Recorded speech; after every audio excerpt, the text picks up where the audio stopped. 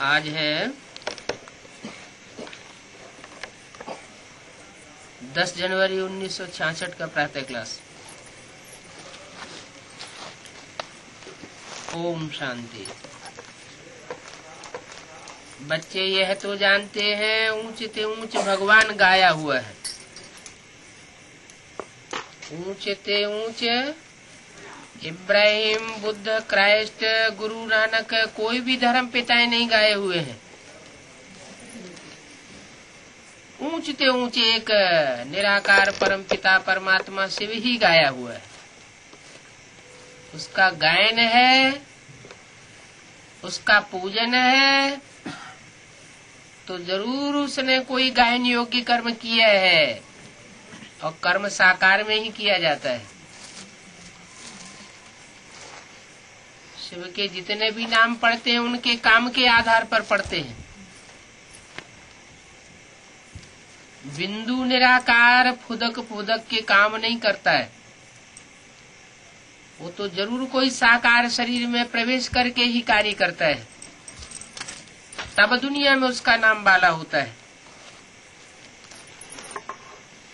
और वो निराकार ही गाया हुआ है। उनके बच्चे भी निराकार ठहरे। किनके बच्चे? जो निराकारी स्टेज में टिकने वाला शिव है, उसके बच्चे भी निराकारी ठहरे। माना बच्चे भी निराकारी स्टेज में रहने वाले होंगे। रुद्रमाला उसका गायन है। रुद्रमाला में जो रुद्राक्ष की माला होती है उसमें सिर्फ मुख ही मुख दिखाए जाते हैं, शरीर नहीं दिखाया जाता। माने उनमें देवान का नाम और निशान नहीं रहता, मुख में ही आत्मा रहती है, इसलिए उनको मुख दिखाया जाता है। तो वो निराकार बच्चे की यादगार जो है वो रुद्रमाला है। और बच्चे और बाप दोनों निराकारी दुनिया में रहने वाले हैं। ये है साकारी दुनिया। उनका तो चित्र ही एक निराकार दिखाते हैं। किनका? उनका। ब्रह्मा के तन से वाणी चली 66 में, ब्रह्मा के तन में प्रवेश करके बोला, तो उनका क्यों कहा? इनका कहना चाहिए। इन ब्रह्मा का चित्र एक निराकार दिखाते हैं, ऐसे नहीं कहा। इसलिए नहीं कहा कि ब्रह्मा का तो कोई भी चित्र निराकारी स्टेज वाला नहीं है। जैसे महात्मा बुद्ध, क्राइस्ट, गुरु नानक, इनके चेहरों को, चित्रों को ध्यान से देखा जाए तो देखने में आता है कि ये निराकारी स्टेज वाले हैं। ऐसे माउंट आबू से दादा लेखराज ब्रह्मा के तन द्वारा जो वाणी उच्चारण की गई, उसमें एक भी चित्र, एक भी उनका एक फोटो नहीं है ऐसा जिसमें वो निराकारी स्टेज दिखाई गई हो। तो इनका नहीं कहा। इनका माने ब्रह्मा का। ब्रह्मा का निराकारी स्टेज वाला कोई चित्र नहीं दिखाते हैं। उनका माने जो आने वाला भविष्य है 66 के बाद, 66 के बाद, 76 से जो बाप प्रत्यक्ष होता है ब्राह्मणों की दुनिया में, वो जरूर निराकारी स्टेज वाला होता है। परमपिता परमात्मा को कभी साकार व आकार में नहीं दिखाते हैं।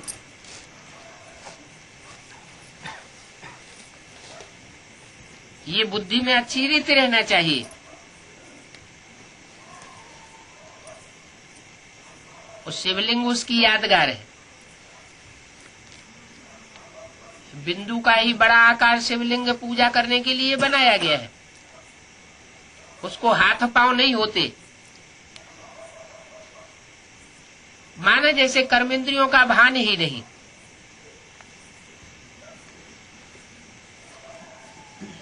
तो ये बात अच्छी रीति बुद्धि में धारण करने की है। महिमा भी उस निराकार की है, इस साकार की नहीं है। इस साकार ब्रह्मा की महिमा नहीं है, क्योंकि इनके द्वारा कार्य पूरा नहीं होता।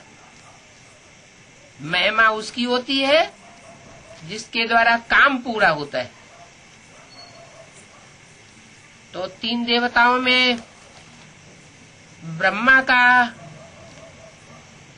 मंदिर नहीं दिखाते, मूर्ति नहीं दिखाते, पूजा नहीं दिखाते, तो उनकी महिमा होती नहीं। महिमा उस निराकार की होती है। उस कह के फिर दूर कर दिया।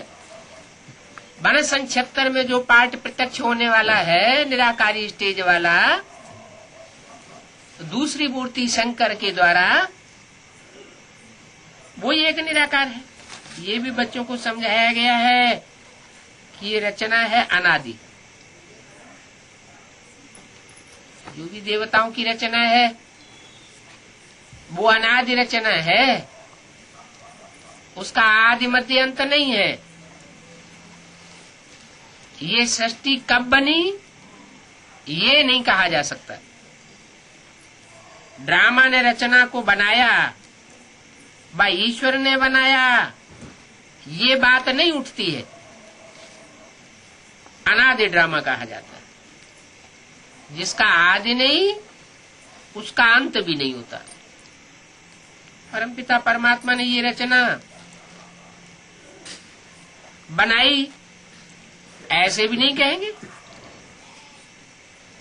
जिसने ड्रामा बनाया वो फिर उनके वश कैसे होगा? मनुष्य तो मुझ पड़ेंगे। तो बाबा बैठ समझाते हैं, रचयिता और रचना ये दोनों ही अनादि है। रचयिता बाप है जो इस नई सृष्टि को रचता है। जो नई सृष्टि में देवताएं होते हैं, सबसे पहला बच्चा जन्म लेता है कृष्ण, तो कृष्ण हुई पहली रचना, अव्वल नंबर रचना। और उसको जन्म देने वाला बाप हुआ रचयिता।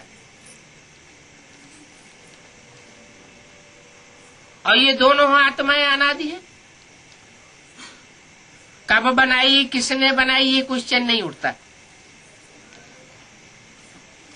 अनादि ही चलते आ रहे हैं।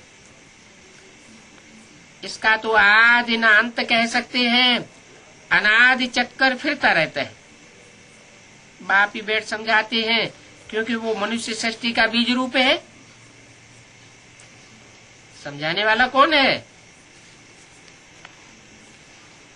टीचर के रूप में है। टीचर साकार होता है, लेकिन वो टीचर भी तब बनता है जब वो निराकार ज्योति, शिव ज्योति, साकार मनुष्य मुकर्रर रथ में प्रवेश करती है।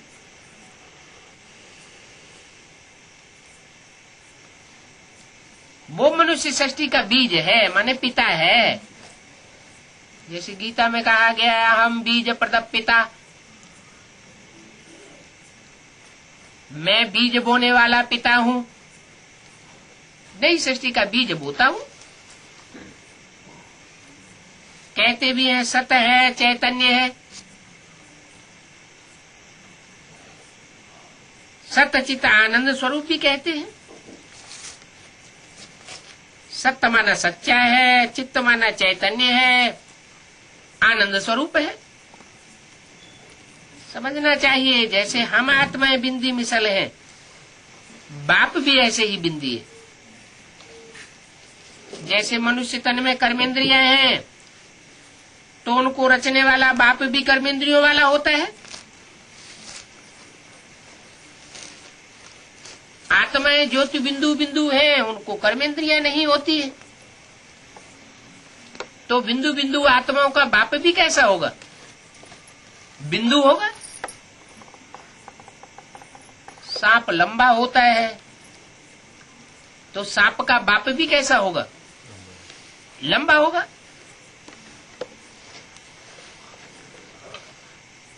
तो बोला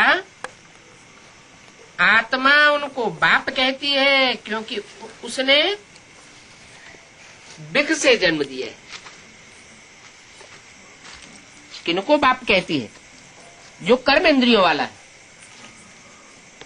कर्मेंद्रियों वाला बाप कर्मेंद्रियों वाले बच्चे को जन्म देता है,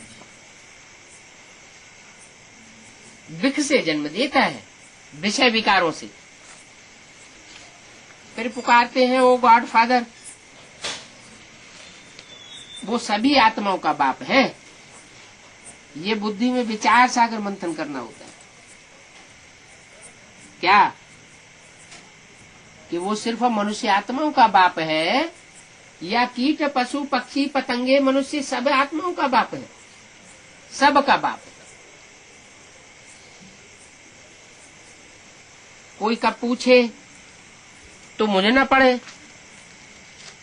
आत्मा को शरीर मिलता है, एक शरीर छोड़ा फिर दूसरा लेती है।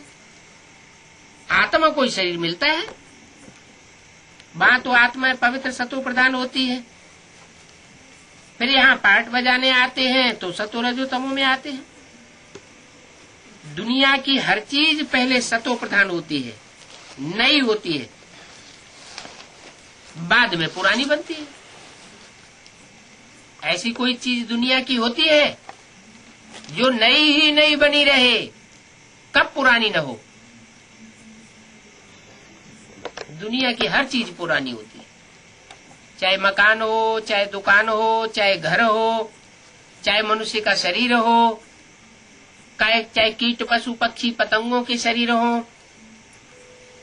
पहले सात्विक स्टेज में होते हैं, बाद में दुखदायी बन जाते हैं, तामसी बन जाते हैं। तो जो भी आत्माएं हैं नंबरवार जिस जिस धर्म की है वो सब वहां सतो प्रधान होती है निराकारी दुनिया में।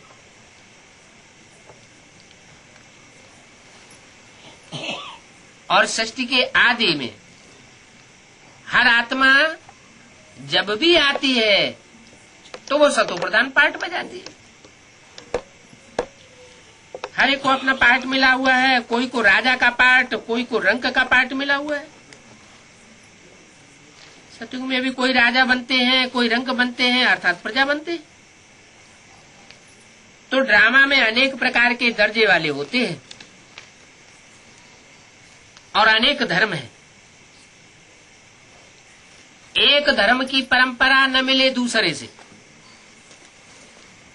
और हर एक धर्म के फीचर्स अलग अलग होते हैं।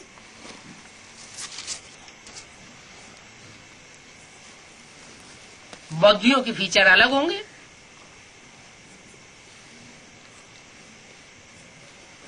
इस्लामियों और अरबियंस के फीचर्स अलग होंगे।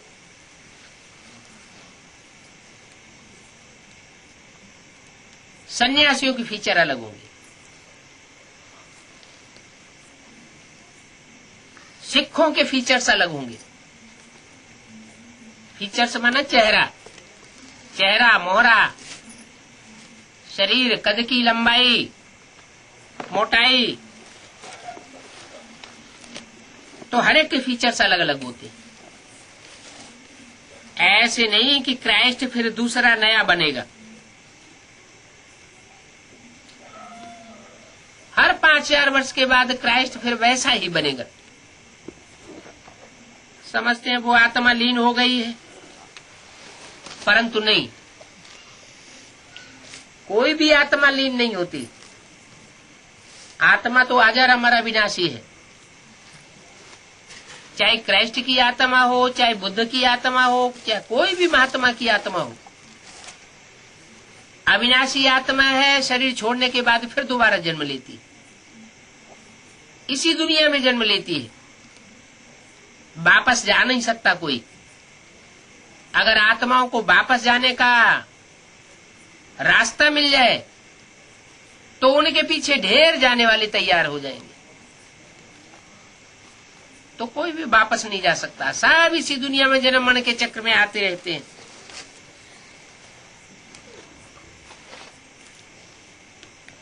तो जो कल पहले थे वो ही होंगे। ये जो चित्र हैं वो कोई एक्यूरेट नहीं है। कौन से?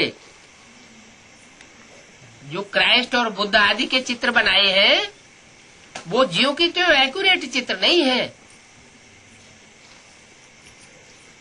ये तो मनुष्यों के बनाए हुए हैं। मनुष्यों ने जैसी कल्पना की वैसे चित्र बने। इन पर हमारा अटेंशन जाना है। बाप सब बातें बैठ समझाते हैं। ये वेद शास्त्र आदि जो भी भक्ति मार्ग के हैं ये सब फेर होंगे। फिर मैं आकर इन सब वेदों शास्त्रों आदि का सार बताता हूं। द्वापर युग से ये शास्त्र बनते चले आए।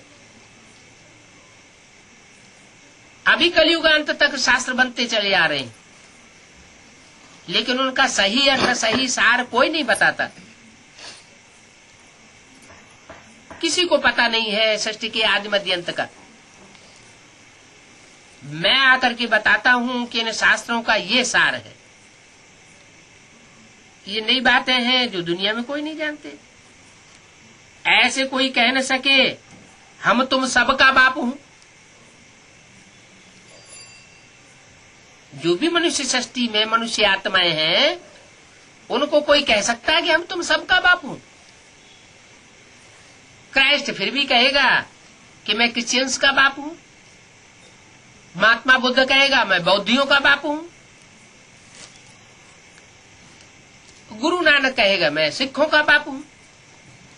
लेकिन 500-700 करोड़ सभी मनुष्य आत्माओं का बाप कोई अपन को नहीं कह सकता। ये तो एक ही परमपिता परमात्मा है जो सबका बाप है। बापों का बाप कहा जाता है। माना जो भी धर्म पिताएं हैं उन सब का बाप है। तुम आत्माओं को ज्ञान दे रहा हूं। आत्मा ही संस्कार धारण करती है। देह अभिमानियों को ज्ञान नहीं देता हूं। जो आत्मिक स्थिति में स्थित होते हैं मैं उनको ज्ञान देता हूं। वो आत्मा ही संस्कार धारण करती है, शरीर में नहीं धारण होता है। धारणा शरीर में हो न सके, आत्मा में ही धारणा होती है। शरीर तो जड़ होता है। कायदे कानून हर बात की शिक्षा आत्मा धारण करती है। शरीर विनाशी है। आत्मा को ही संस्कार ले जाना है। कोई बैरिस्ट्री में बड़े तीखे होते हैं तो वो संस्कार ले जाते हैं ना, तो जाए बैरिस्टर बन जाते हैं। जैसे बाबा सिपाहियों के लिए बताते हैं कि वो लड़ाई के संस्कार ले जाते हैं, तो फिर ऐसे क्षत्रिय कुल में जाकर के जन्म लेते हैं, सिपाही बन जाते हैं। तो संस्कारों की बात है। बाप समझाते हैं आत्मा में भी संस्कार रहते हैं। हर आत्मा में अलग अलग प्रकार के संस्कार। बाप ही बैठ समझाते हैं और कोई कह न सके कि आत्मा को परमात्मा पढ़ाते हैं। वो तो कह देते हैं आत्मा सो परमात्मा है, लेकिन हर एक आत्मा परमात्मा जैसी थोड़ा ही बन सकती है। वो तो एक के लिए गायन है जो इस मनुष्य सृष्टि का पिता है। जिसे दूसरे धर्मों में आदम एडम आदिदेव कहा जाता है, आदिनाथ कहा जाता है। उसके मुकर्रर रथ में सुप्रीम सोल प्रवेश करके परम पिता का पार्ट बजाते। आत्मा कभी परमात्मा नहीं बन सकती कि हर एक आत्मा परमात्मा बन जाती है। नहीं, आत्माओं में जो जन्म जन्मांतर के पार्ट बजाने के संस्कार भरे हुए हैं, जो आत्माएं जन्मण के चक्र में आने वाली हैं, उन आत्माओं में कोई ऐसी आत्मा है जो हीरो पार्टधारी है। इस रंगमंच पर हीरो का पार्ट बजाती है, वो आत्मा ही परमात्मा बनती है। इसलिए कहा जाता है परम पिता परमात्मा। परम पिता माना सुप्रीम सोल, उसका कोई बाप होता नहीं। और परमात्मा माना परम पार्ट बजाने वाली आत्मा, बड़े से बड़ा ऊंचे से ऊंचा पार्ट बजाने वाली आत्मा। तो हीरो पार्टधारी से ज्यादा ऊंचा तो कोई होता नहीं।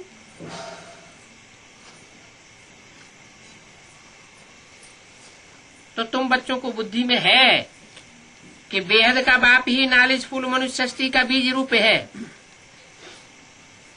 बेहद के दो बाप हैं, एक आत्माओं का बाप शिव और दूसरा मनुष्य सृष्टि का बाप,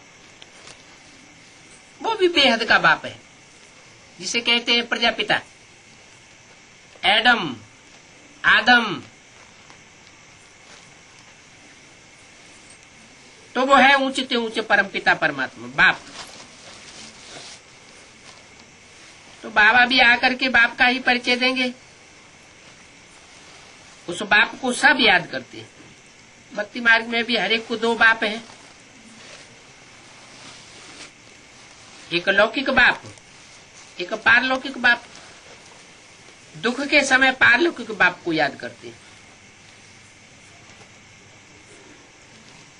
जब कोई भूकंप आ जाएगा,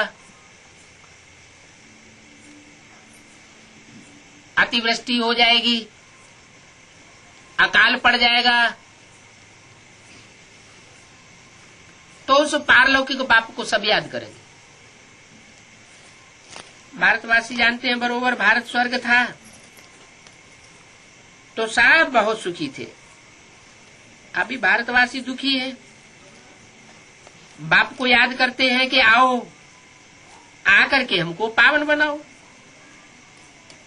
हम आत्माएं पतित बन गई है, तो पतित आत्मा पतित सृष्टि में रहती है। जो आत्मा पावन बन जाती है वो पावन दुनिया में रहेगी। पावन दुनिया है ही सतयुग, वहां सुख घनेरे होते हैं। इस दुख की दुनिया में पतित आत्मा दुख घनेरे भोगती है।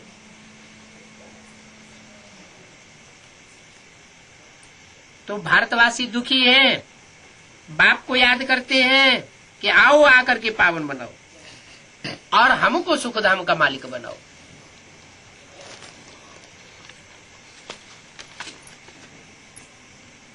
दस एक 66 की वाणी का दूसरा पेज।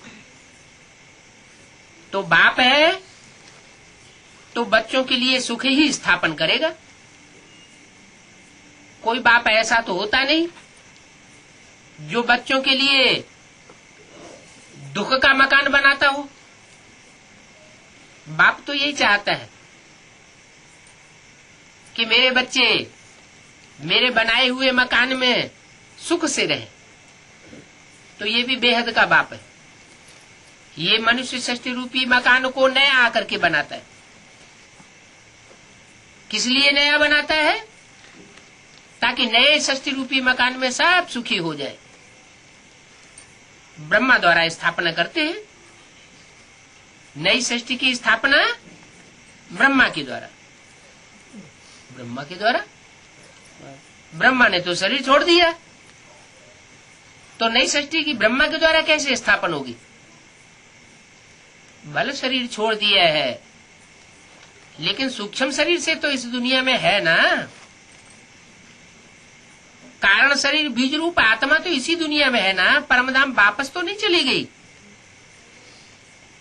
तो वो बीज रूप आत्मा कोई बीज रूप आत्मिक स्टेज में स्थिर होने वाले बच्चों में प्रवेश करती है। नंबरवार प्रवेश होता है। रुद्रमाला के मणकों में वो प्रवेश करती है। और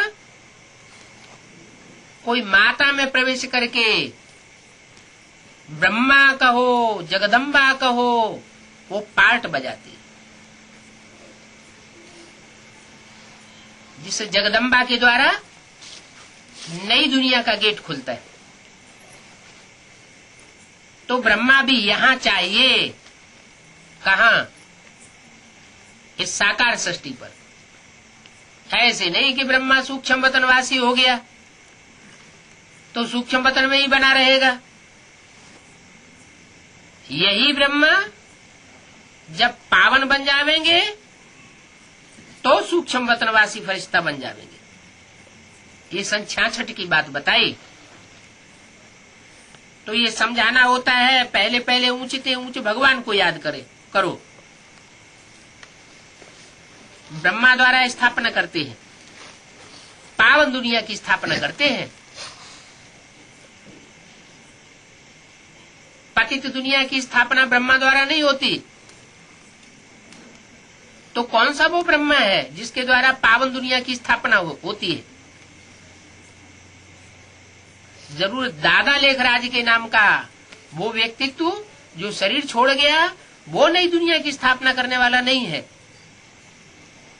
लेकिन वही सोल कोई ब्राह्मण बच्ची में प्रवेश करती है, ब्राह्मणी माता में प्रवेश करती है और प्रवेश करके जगत माता का पार्ट बजाती है।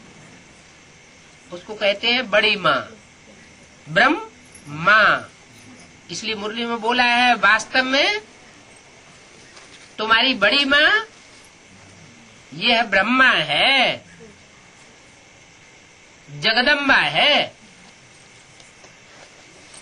तो तुम बच्चों को पतित से पावन यहां बनना है, माने इसी दुनिया में बनना है पतित से पावन। शरीर छोड़ने के बाद अगले जन्म में नहीं बनना है। भगवान को भी पतित से पावन बनाने के लिए जरूर यहां आना पड़ेगा। ऐसे नहीं कि ब्रह्मा के तन में आकर के ज्ञान सुनाए के चला जाए और फिर कोई कहे कि हम ब्राह्मण इस पतित दुनिया को पावन बनाते रहेंगे। ये पतितों को पावन बनाने का काम कोई का नहीं हो सकता सिवाय एक परमपिता परमात्मा के। उसको भी यहाँ आना पड़े माने साकार में, प्रैक्टिकल में पार्ट बजाना पड़े। इसलिए बोला पतित से पावन बनाने के लिए यहाँ आना पड़ेगा, माने भविष्य के लिए इशारा दे दिया कि भगवान पतित पावन के रूप में प्रत्यक्ष होगा। पावन दुनिया स्थापन करनी होगी, माने सन 66 तक स्थापन हुई नहीं है। भविष्य की बात बताई। पतित दुनिया पतित शरीर में आना पड़ेगा। मैं पावन शरीर धारण नहीं करता हूं। जो पावन था वो अब पतित है, उसमें ही प्रवेश करना पड़े। तो बाप कहते हैं ब्रह्मा द्वारा मैं स्थापना करता हूं। काय की स्थापना करता हूं? ब्राह्मण धर्म की भी स्थापना करता हूं और नई दुनिया की भी स्थापना करता हूं। देवी देवता सनातन धर्म की राजधानी भी स्थापन करता हूं। मैं स्थापना करता हूं। लेकिन तथाकथित ब्रह्मा कुमार कुमारियां क्या समझते हैं? वो समझते हैं कि ब्रह्मा तो शरीर छोड़ के चले गए, अब नई दुनिया की स्थापना हम करेंगे, नई दुनिया की राजधानी हम बनाएंगे। बाप कहते हैं मैं करता हूं, मायावी बच्चे कहते हैं मैं करता हूं, मेरी पूजा करो, मेरी बात मानो। देखो बाबा बिगड़ चित्रों के भी समझाते हैं। कोई जरूरी नहीं है कि चित्रों के ऊपर ही समझाना। परमपिता परमात्मा ब्रह्मा द्वारा नई दुनिया स्थापन करते हैं। क्या बिना चित्र के कैसे समझाएंगे? बुद्धि में तो बात आती है कि उस ब्रह्मा ने तो जिसका चित्र बना वो तो शरीर छोड़ गया, अब बाबा ने तो यहाँ बोला हुआ ब्रह्मा द्वारा नई दुनिया की स्थापना करते हैं, तो कौन सा चित्र होना चाहिए? चैतन्य, जरूर जगदम्बा ही है। नई दुनिया में जरूर पहले ब्राह्मण चाहिए। ये रुद्र ज्ञान यज्ञ है। क्या कहा? ज्ञान यज्ञ का नाम ब्रह्मा ज्ञान यज्ञ क्यों नहीं रखा?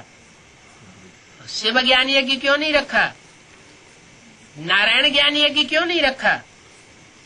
राम ज्ञान यज्ञ क्यों नहीं रखा? रुद्र ज्ञान यज्ञ क्यों रखा?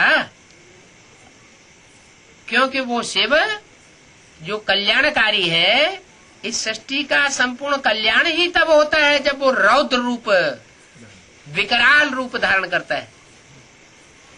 तब तक बच्चे सुधरने वाले नहीं हैं।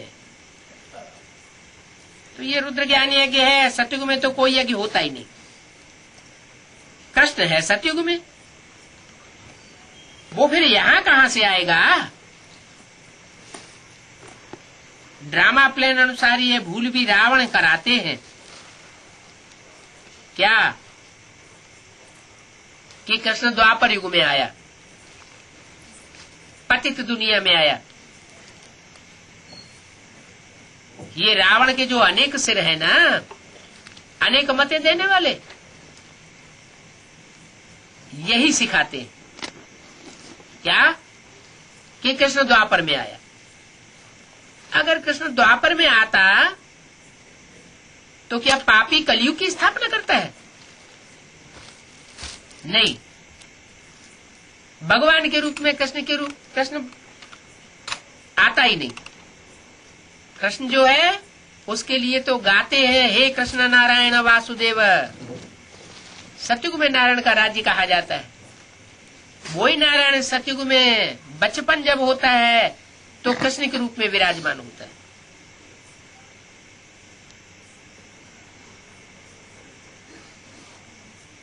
तो वर्ष वर्ष तुम रावण को जलाते आते हो। इस रावण को तुम जानते हो क्योंकि वो तुम्हारा बड़ा दुश्मन है। क्या कहा? इस रावण को तुम जलाते आते हो। कौन जलाते आते हैं? तुम किसके लिए कहा? इब्राहिम के बच्चों के लिए कहा? क्राइस्ट के बच्चे क्रिश्चियंस के लिए कहा? गुरु नानक के बच्चों सिखों के लिए कहा? या महात्मा बुद्ध के बच्चों बौद्धियों के लिए कहा? नहीं। जो राम राज्य में पहले जन्म में आने वाली आत्माएं हैं, उन आत्माओं के लिए कहा। जो पूरे 84 जन्म लेने वाली आत्माएं हैं, उनके लिए बोला वर्ष वर्ष रावण को तुम जलाते हो क्योंकि वो तुम्हारा बहुत बड़ा दुश्मन है। ये खत्म ही नहीं होता। तुम उसे ज्ञान बाण मार मार करके खलास करते हो, वो अगली वर्ष और ही बड़ा हो जाता है। क्या मतलब हुआ? मतलब ये हुआ कि तथाकथित जो रावण संप्रदायी ब्राह्मण हैं, उनको ज्ञान बाण मार मार करके राम संप्रदाय की आत्माएं ठंडा कर देती है। हर वर्ष ठंडा करती है और हर वर्ष कोई न कोई वो और बड़ा प्रोग्राम लेकर के आ जाता है। कभी प्रदर्शनी का प्रोग्राम लेके आता है, कभी मेले मलाखड़ों का प्रोग्राम लेके आ जाता है, कभी बड़ी बड़ी कॉन्फ्रेंसेस का प्रोग्राम लेके आ जाता है, कभी मेगा प्रोग्राम लेके आ जाता है।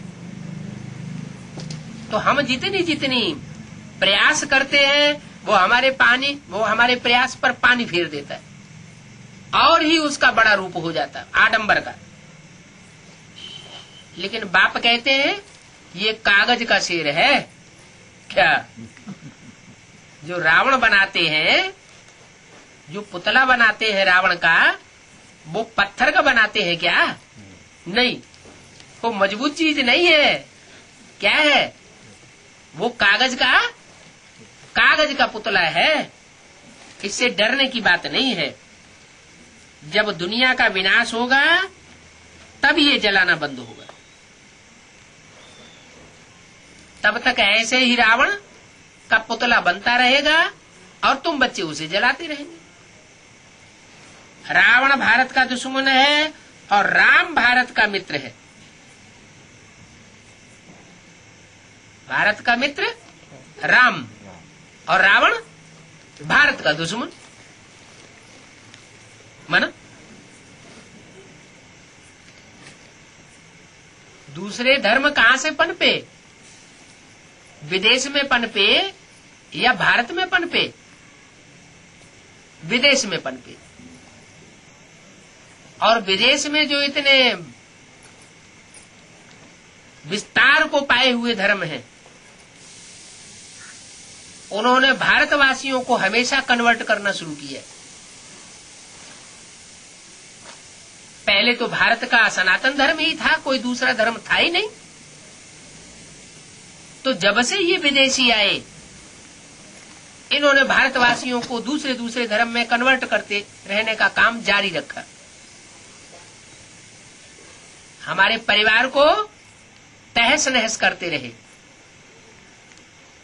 तो कोई किसी के परिवार को तहस नहस करे तो दुश्मन हुआ या दोस्त हुआ? है? दुश्मन हुआ। तो ये तुम्हारा पुराना दुश्मन है। कौन? रावण। ये अनेक मतों वाला रावण है। कभी क्राइस्ट के रूप में आया, कभी इब्राहिम के रूप में आया, और ये व्यभिचारी रावण है, व्यभिचार फैलाने वाला है। भारतवर्ष में भी भारतवासी लोग विदेशियों से प्रभावित होकर के अब व्यभिचारी बनते जाते हैं। पढ़ाई ऐसी डॉगली पढ़ाई हो चुकी है। डॉगली पढ़ाई का मतलब ही है कुत्ता कुतिया बनाने वाली पढ़ाई। भारतवासी समझते हैं कि हम बड़ा अच्छा काम कर रहे हैं। ये नहीं समझते हमारे बच्चे क्या बनते चले जा रहे हैं। अंदर से कभी कभी समझते भी हैं कि ये पढ़ाई पढ़ करके हमारे बच्चे हमारे हाथों से निकल गए। फिर भी रावण का पाम पेंट शो इतना बड़ा हुआ है कि बुद्धि में बात है, असली बैठती नहीं। तो भारत का मित्र है राम, और जितने भी विदेशी धर्म हैं वो सब हैं भारत के दुश्मन। तो राम को क्यों याद करते हैं भारतवासी? क्योंकि वो दुख हरता है और सुख करने वाला है। तो बाप समझाते हैं, तुम बच्चों की बुद्धि में ये बात रहनी चाहिए कि वो बाप है ऊंचते ऊंचे, फिर सूक्ष्म वतन। तीनों लोगों को भी जानना चाहिए, ये चक्कर बुद्धि में बिठाना चाहिए। बोलो, कोई भी प्रश्न पूछना है तो तुमको एकांत में समझाया जाएगा। क्या कहा? कोर्स कराते समय अगर कोई प्रश्न पूछता है और कोर्स में 10-15 लोग बैठे हुए हैं तो सबके सामने उसे जवाब प्रश्न का नहीं देना चाहिए। कहना चाहिए तुम्हारे प्रश्न का जवाब तुम्हारे अकेले में बैठ करके समझाएंगे। तुम्हारा अकेले का प्रश्न है, सबका प्रश्न नहीं है। ऐसे ही क्लास में अगर कोई डिस्टर्ब करता है, क्लास में तो सभी बैठे हुए हैं, और कोई पर्सनल प्रश्न पूछता है तो भी उसको कहना चाहिए क्या तुम्हारे प्रश्न का जवाब एकांत में बैठ के देंगे। पूरे क्लास के बीच में तुम्हारे प्रश्न के द्वारा डिस्टरबेंस करने का कोई मतलब नहीं। तो बोलना चाहिए कि प्रश्न पूछना है तो तुमको एकांत में समझाया जाएगा, क्योंकि प्रश्न एक तुम्हारा है, सबका प्रश्न नहीं है। तो पहले सृष्टि के आदि मध्य अंत का राज बताना चाहिए। सतयुग में बरोबर इन लक्ष्मी नारायण का राज्य था। उस सतयुग को स्वर्ग कहा जाता है, और स्वर्ग का रचयिता है बाप। क्या जो बच्चे हैं वो स्वर्ग को रचने वाले नहीं हैं। जो भी 500-700 करोड़ बच्चे हैं मनुष्य आत्मा रूपी, वो सब रचना है। उन सब का रचयिता एक बाप है। तुम जानते हो सतयुग में पहले सूर्यवंशी राज्य था। फिर ये चक्कर कैसे फिरता है? ये नई नई बातें सुनानी है। जो हमारे कुल के होंगे उनको जरूर कुछ टच होगा। अगर हमारा कुल का नहीं होगा तो उसकी बुद्धि में बात बैठेगी नहीं। कोई बहुत घिस करते हैं, हम समझाना चाहते हैं वो और ही उल्टी बातें करते हैं। कई दिन तक एक ही कोर्स चलता रहता है, तो उनके पीछे माथा मारना नहीं चाहिए, क्योंकि हम जानते हैं कि इनको बाप की असली पहचान नहीं है। ये कोई दूसरे धर्म के धर्म पिता को अपना बाप माने बैठा है, इसलिए इसकी बुद्धि में बात बैठेगी नहीं। पूर्व जन्मों के संस्कार है इसके अंदर, दूसरे धर्म में कन्वर्ट होने के। ये कई जन्मों की कन्वर्ट हुई आत्मा है, इसलिए इसकी बुद्धि में बात बैठती नहीं। ऊंचते ऊंचाई परमपिता परमात्मा शिव, इस पॉइंट से 2 बाप सिद्ध कर सकते हो। वो है निराकार, सभी निराकार आत्माओं का बाप। इसलिए कहा जाता है ये सब ब्रदर्स हैं। आत्मा आत्मा भाई भाई है, भाई बहन भी नहीं। आत्मा आत्मा भाई भाई। तो जब वो सुप्रीम सोल किसी साकार तन में प्रवेश करता है, प्रजापिता ब्रह्मा में प्रवेश करके ब्राह्मण रचता है, तो ब्राह्मण ब्राह्मणियां आपस में आत्मा आत्मा भाई भाई नहीं कहे जाएंगे, फिर वो भाई बहन हो जाते हैं। तो कहते हैं हेवनली गॉड फादर। आत्माएं उनको इस रूप में याद करती हैं, अर्थात हेवन स्थापन करने वाला है वो ऊंचते ऊंच है। जितने भी धर्म पिताएं आए उन्होंने इस षष्टि रूपी मकान की मरम्मत की है। नया मकान किसी ने नहीं बनाया, वो षष्टि रूपी मकान की आकर के रिपेयरिंग करते हैं। इब्राहिम ने आकर के अरब देशों में रिपेयरिंग कर दी, इस्लाम धर्म स्थापन कर दिया वहां। क्राइस्ट आए, उन्होंने यूरोपीय देशों में आकर के क्रिश्चियन धर्म स्थापन कर दिया, वहां रिपेयरिंग कर दी षष्टि रूपी मकान की। महात्मा बुद्ध आए, उन्होंने चीन जापान में बौद्ध धर्म स्थापन कर दिया, वहां अपनी दुनिया की रिपेयरिंग कर दी। लेकिन नई दुनिया किसी ने भी नहीं बनाई। वास्तव में जो नई दुनिया बनाने वाला है, स्वर्ग बनाने वाला है, वही ऊंचते ऊंच बाप है, हेवन स्थापन करने वाला है। तो हम सब उस निराकार के बाप के बच्चे हैं, सब वहां निराकारी दुनिया के रहने वाले हैं। हमारा स्वधर्म शांत है। यहाँ तो कर्मेंद्रियों से पार्ट बजाना ही है। क्या कोई कहे कि हम कर्मेंद्रियों से पार्ट ही क्यों बजाएं? ऐसे नहीं हो सकता। जब तक जीवन है कर्मेंद्रियों से पार्ट तो बजाना है, लेकिन हम शांत स्टेज में रह सकते हैं। सदा काल की शांति तो हो नहीं सकती। पीस ही शांति धाम में होगी। विनाश होगा तो सब पीसफुल दुनिया में चले जाएंगे। वहां है प्लेन पीस, और सतयुग में पीस के साथ सुख भी है। उनको मुक्ति कहते हैं, जो शांति धाम की मुक्ति है, और सतयुग में कहते हैं जीवन मुक्ति। तो सदगति सतयुग में होती है, और दुर्गति कलयुग में होती है। आओ तो हम आपको समझावें कैसे दुर्गति होती है। भारत में ही सदगति थी, अभी दुर्गति है। क्या कहा? दुर्गति कैसे होती है और सदगति कैसे होती है? एक की मत पर चलने से सदगति होती है, अनेकों की मत पर चलने से दुर्गति होती है। एक सदगुरु है निराकार सदगति करने वाला, और अनेक गुरु है दुर्गति करने वाले। अनेकों के संग के रंग से दुर्गति होती है और एक के संग के रंग से सदगति होती है। भारत में ही सदगति थी, अभी दुर्गति है, क्योंकि अनेकों की मत पर चलते रहते हैं। अभी बाप द्वारा हमको सतयुग त्रेता का राज्य मिलता है, फिर द्वापर कलयुग में हमें आना ही है। चीज पुरानी होनी ही है, नई दुनिया सो फिर पुरानी होती जाती है। ये है रावण राज्य।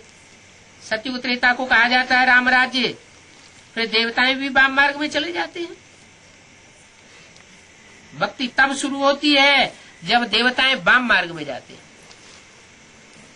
वाम और दायां,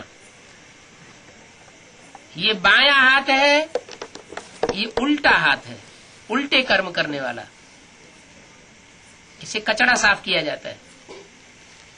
दाएं हाथ से दान धर्म श्रेष्ठ कर्म किया जाता है। तो श्रेष्ठ रूपी जो वृक्ष है उसमें बाईं ओर जितने भी धर्म हैं वो सब कचड़ पट्टी के धर्म है। विविचार फैलाने वाले धर्म है, गंध फैलाने वाले धर्म है। तो वो दुर्गति करने वाले। देवताएं वाम मार्ग में जब जाते हैं तो द्वापर युग से ये धर्म पिताएं आकर के वाम मार्ग शुरू करते हैं, उल्टा रास्ता शुरू करते हैं। तब भक्ति शुरू होती है। जब से रावण प्रवेश होता है तो फिर गिरते ही रहते। कब से प्रवेश होता है रावण? कौन से युग से? द्वापर युग से होता है। द्वापर माने दो पुर,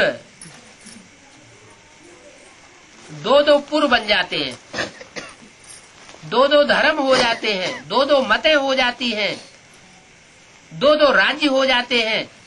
तो द्वैत आने से आपस में टकराहट होती है। जब टकराहट होती है तो उस दुनिया में अशांति बढ़ती है, तो गिरते चले जाते हैं। चढ़ती कला फिर उतरती कला। उतरती कला जब होती है तो सब दुखी हो जाते हैं। सीढ़ी उतरते जाते हैं, सूर्यवंशी फिर चंद्रवंशी बनते हैं, आत्मा दूसरा शरीर लेती जाएगी, फिर कला कम होती जाती है। सूर्यवंशी डायनेस्टी फिर चंद्रवंशी डायनेस्टी बन जाती है, वृद्धि को भी पाते जाते हैं। फिर द्वापर में भक्ति मार्ग शुरू हो जाता है। पहले होती है अव्यभिचारी भक्ति। जब द्वापर में भक्ति शुरू होती है तो पहले सतो प्रधान भक्ति होती है। दुनिया की हर चीज सतो प्रधान, फिर तमो प्रधान। तो भक्ति भी पहले सतो प्रधान होती है, फिर व्यभिचारी भक्ति बन जाती है। ज्ञान भी ऐसे ही होता है।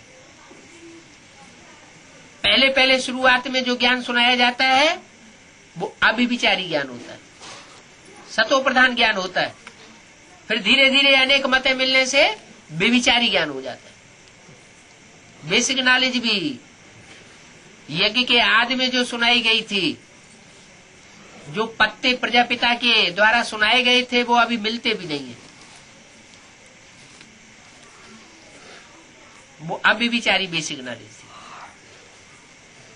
ऐसे ही एडवांस नॉलेज भी, जो शुरुआत की कैसेटें हैं, वो बहुत पावरफुल कैसेटें हैं।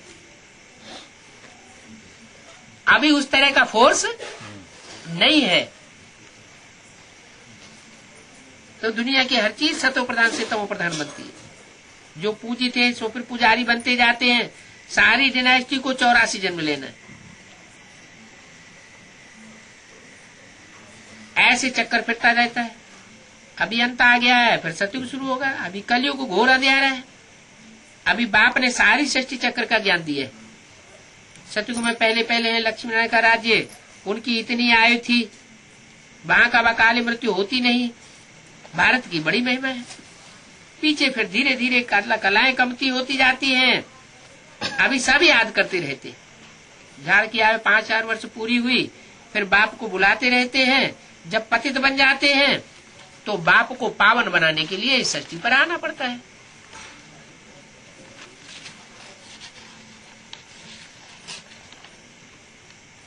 जनवरी 1966 का 3रा पेज। जो देवताएं थे अभी असुर बन गए। अखबार में भी बहुत प्रकार की कहानियां डालते रहते हैं कि देवताओं और असुरों की लड़ाई लगी।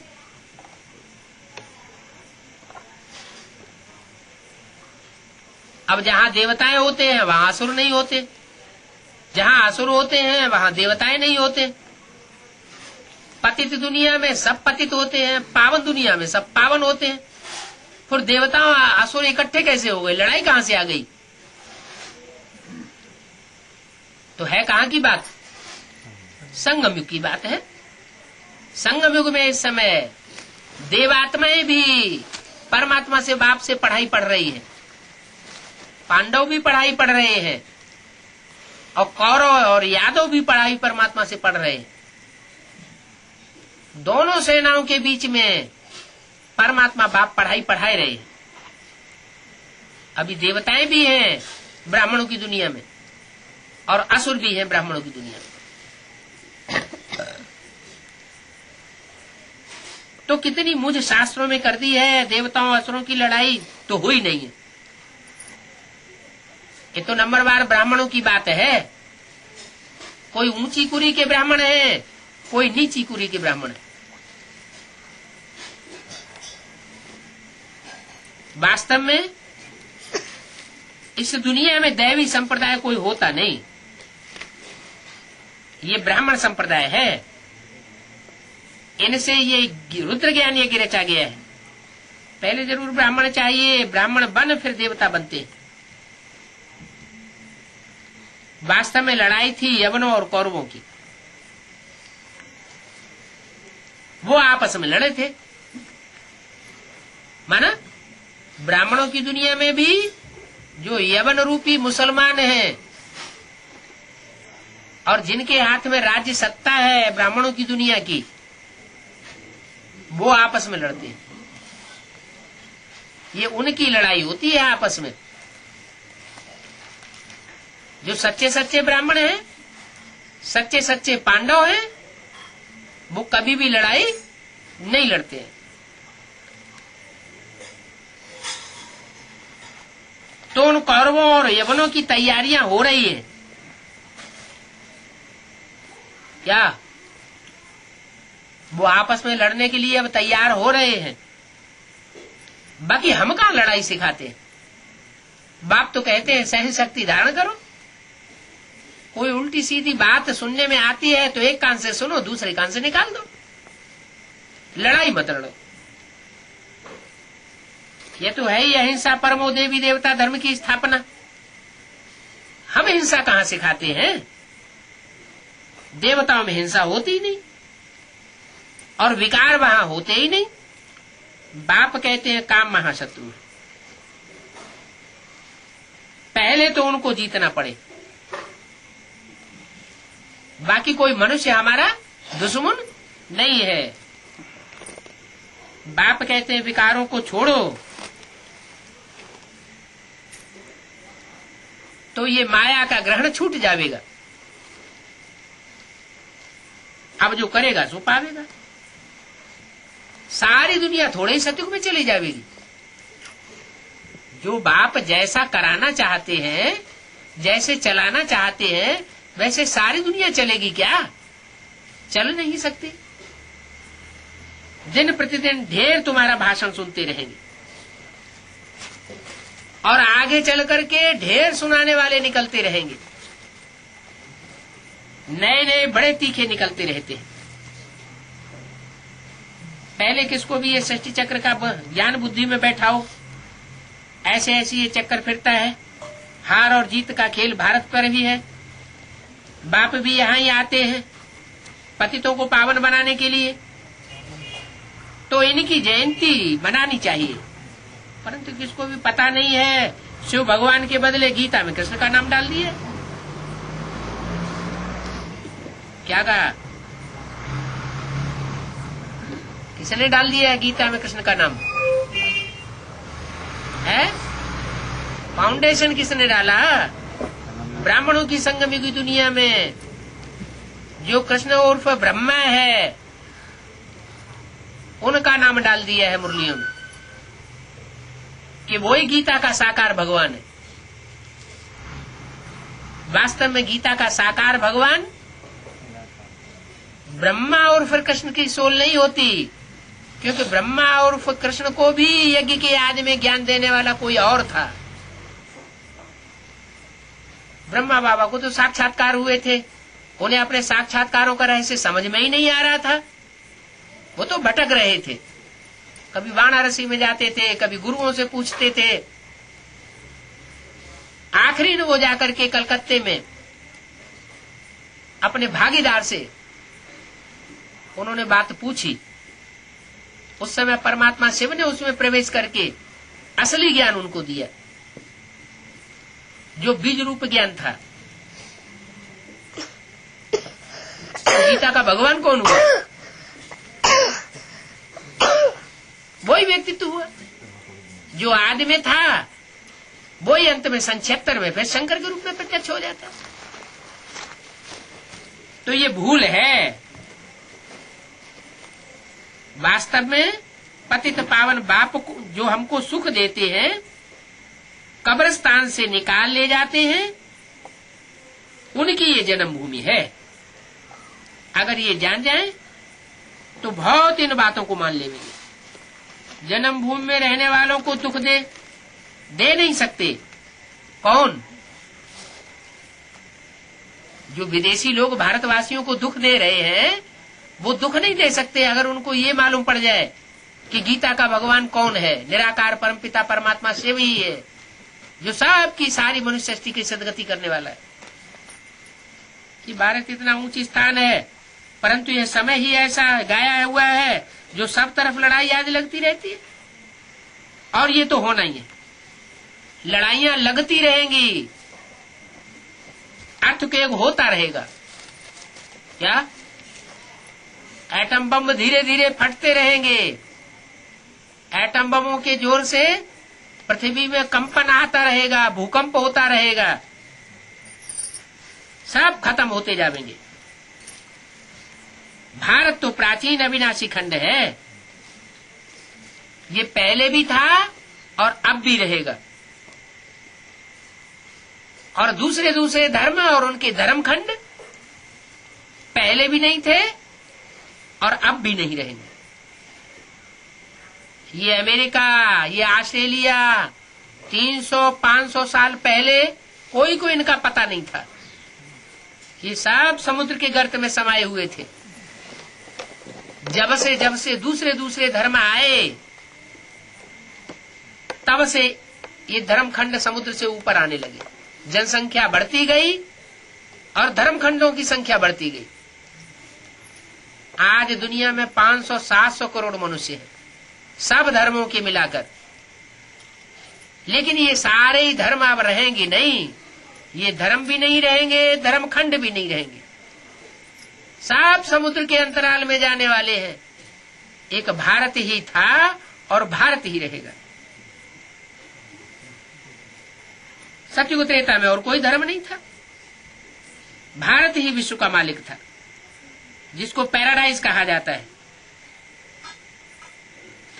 हेवन स्थापन करने वाला हेवनली गॉडफादर गाया हुआ भी है। शिव भगवान आज रुद्र कहने से मुझ जाते हैं। रुद्र नाम है नहीं, उनका नाम ही शिव है। वो रौद्र रूप धारण करते हैं तो भी कल्याण करते हैं। कल्याणकारी को शिव कहा जाता है। तो भाषाएं तो बहुत हो गई है। जब भी किसको समझाओ तो ये बुद्धि में बिठाओ, ये षष्ठ रूपी चक्कर कैसे फिरता रहता है। जब दुनिया पुरानी होती है तब बाप को आना पड़ता है। कोई भी शास्त्र में अथवा कोई भी मनुष्य मात्र में ये ज्ञान नहीं है। ऐसे ही धोखा लगा दिया है कि ईश्वर सर्वव्यापी है, फिर कहते हैं कृष्ण गीता का भगवान है। अरे कृष्ण को तो कोई भी भगवान कह नहीं सकता। पतित पावन ज्ञान का सागर तो निराकार होगा या साकार होगा। कहते हैं मैं प्रकृति का आधार लेकर आता हूं। ब्रह्मा द्वारा स्थापना, तो जरूर ब्रह्मा में प्रवेश करेंगे ना, और क्या करेंगे। आत्माएं तो सब प्रवेश करती है, वो शरीर में प्रवेश करते हैं। ब्राह्मण को खिलाते हैं तो भी आत्मा आती है, अशुद्ध आत्माएं भी प्रवेश करती है। तो इस शरीर को चलाने वाली आत्मा ही है, चाहे प्रवेश करने वाली आत्मा हो और चाहे कोई दूसरी आत्मा हो। अच्छा, ओम शांति।